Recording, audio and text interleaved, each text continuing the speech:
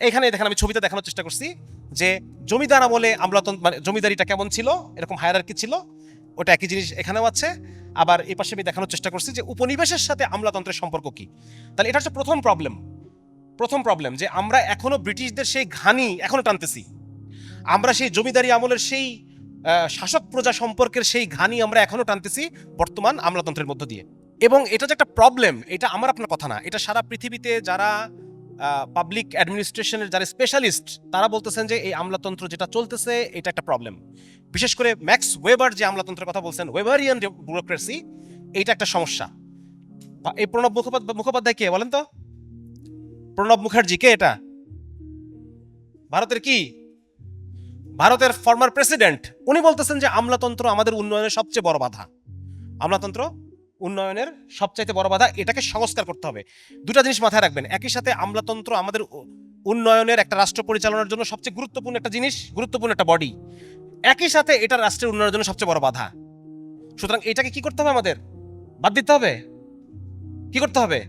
সংস্কার করতে হবে। মাইন্ডেড, এটা খুব গুরুত্বপূর্ণ জিনিস। এবং এই কারণে 1980 থেকে 1990 সালের মধ্যে যত স্ক্যান্ডিনেভিয়ান দেশগুলো আছে, ডেনমার্ক, তারপর হচ্ছে আপনার নেদারল্যান্ড, সুইডেন, নরওয়ে, ফিনল্যান্ড, এই সমস্ত দেশগুলো তাদের আমলাতন্ত্রের ব্যাপক সংস্কার করে। দেখেন লেখা আছে 1980 থেকে 1990 সালের মধ্যে এই সমস্ত দেশগুলা ব্যাপকভাবে সংস্কার করে।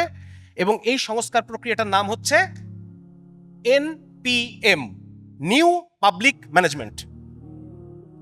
এখানে তারা কি করে এটা আমাদের একটু জানতে হবে, তাহলে আমরা পরে আলোচনা ইসলামের সাথে কানেক্ট করতে পারবো। ইসলাম কি করছে আর এরা কি করছে এটা একটু বুঝতে পারবেন। আপনাদের বিরক্ত লাগতেছে? টপিকটা বিরক্তিকর, একটু ধৈর্য ধরে শোনেন ইনশাল্লাহ। আচ্ছা, এখন তারা কি করলো দেখেন। তারা এখন যেটা করলো সেটা হচ্ছে যে ম্যাক্স ওয়েবার যে আমলাতন্ত্রের কথা বলছে, মানে আমাদের দেশে এখন যে আমলাতন্ত্র আছে, এই ধরনের আমলাতন্ত্রকে তারা সংস্কার করবে। কিভাবে সংস্কার করবে সেটা আমরা একটু দেখবো সামনে। তার আগে আমি দুটো জিনিস আলোচনা করি। একটা হচ্ছে যে আমরা আমলাতন্ত্রের যে 6টা শর্ত আমরা পড়ছি, এই 6টা শর্তের সমস্যা কি এটা একটু দেখে নেই। 1 নম্বর শর্ত ছিল অথরিটি হায়ারার্কি। দেখেন আপনারা ছবিটা একটু খেয়াল করেন। Assistant to the aid of the deputy vice chairman of the committee to reduce bureaucracy. তাহলে এ দেখেন কয়টা অফিসার এখানে, দেখেন তো কয়টা অফিসার। একটা কমিটি হয়েছে, সেই কমিটির একটা চেয়ারম্যান আছে, সেই চেয়ারম্যানের একটা ভাইস আছে, ভাইস চেয়ারম্যান। ওই ভাইস চেয়ারম্যানের একটা ডেপুটি আছে, ওই ডেপুটির আবার একটা এইড আছে, ওই এইডের অ্যাসিস্ট্যান্ট হচ্ছে এই লোক। তার মানে বুঝতে পারছেন কতগুলো বেহুদা কাজে এতগুলা মানুষকে আমি নিয়োগ দিছি এবং তাদেরকে আমার বেতন দিয়ে টানা লাগতেছে। সুতরাং এই অথরিটি হায়ারার্কি প্রবলেম হচ্ছে ইম্পসিবিলিটি অফ টাস্ক। কাজগুলো অনেক কঠিন হয়ে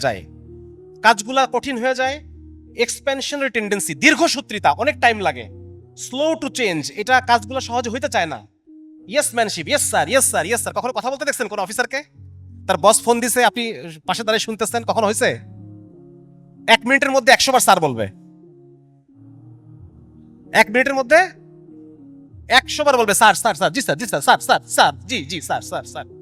কখনো না বলবে না। এটাকে বলা হয় ইয়েস ম্যানশিপ। ঠিক আছে? বস যদি ভুলও করে ও বলতে পারবে না স্যার আপনি ভুল, স্যার, জি স্যার, ঠিক আছে। এখন এখন রাত, জি স্যার, রাত। ঠিক আছে, এই হচ্ছে অবস্থা। আর এর ফলে কি হচ্ছে? এর ফলে ইনএফিসিয়েন্সি অফ দ্য অর্গানাইজেশন, মানে যে অর্গানাইজেশনটা কাজ করতেছে অর্গানাইজেশনটা মানে কাজ করতে পারে না, কাজ হয় না, অনেক কিছু হয়, মিটিং ইটিং সিটিং সব হয় কিন্তু কাজ হয় না। ঠিক আছে, এটাই কেন? কারণ হচ্ছে এই অথরিটি হায়ারার্কির কারণে। এবং ওয়েস্ট হয়, টাকা ওয়েস্ট হয়, গভর্নমেন্টের টাকা, পাবলিকের টাকা ওয়েস্ট হয়। এই যে দেখেন কতগুলো অফিসার নিয়োগ দিছি একটা কাজের জন্য, এত অফিসার দরকার ছিল না? দরকার ছিল? এটা দরকার আসলে তো দরকার নাই।